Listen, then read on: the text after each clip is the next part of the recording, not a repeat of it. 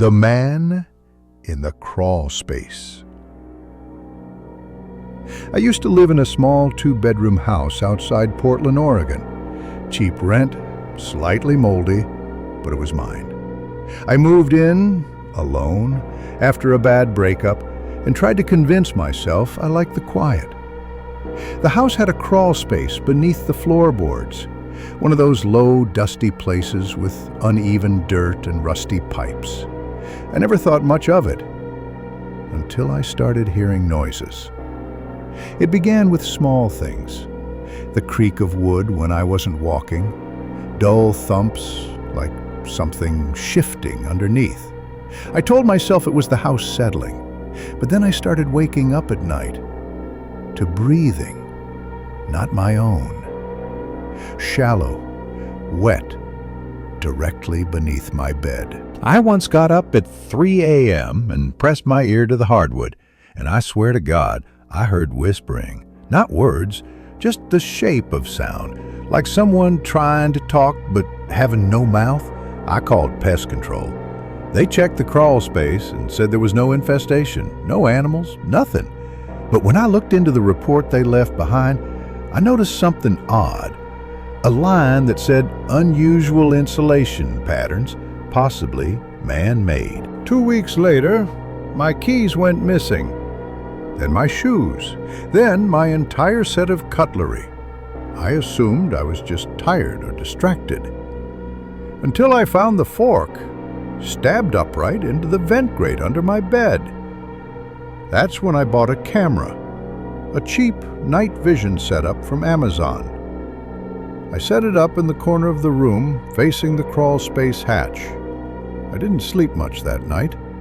At 3:42 a.m., the hatch opened, slowly, from the inside. I froze when I watched the footage the next morning. A pale hand emerged first, thin, almost skeletal.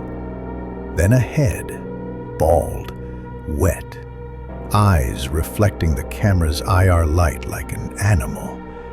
He didn't look at the bed. He looked at the camera. Then he closed the hatch.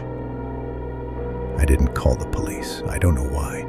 Part shame, part disbelief. Instead, I locked the hatch with a bike chain and padlock and pretended everything was fine. That lasted about 3 nights until I woke up to a metallic snap. The chain had been cut, cleanly, like with bolt cutters. There was no sound after that. No breathing, no whispers, just silence, which somehow made it worse. Then, 3 days later, I received a package. No return address. Inside, my old house keys and a flash drive. I should have thrown it away. I didn't. The drive had one file, titled home.move. It was footage, night vision, filmed from underneath my bed. I could see myself sleeping. I could hear the breathing again. But this time, there were words. A man's voice gurgling, whispering right into the mic. You stopped hearing me, so I moved closer. I moved out that same day, never went back. But I still have the flash drive, and last week, I found a new one in my new apartment in the fridge. If I disappear, check this channel first. Like and subscribe before it's too late.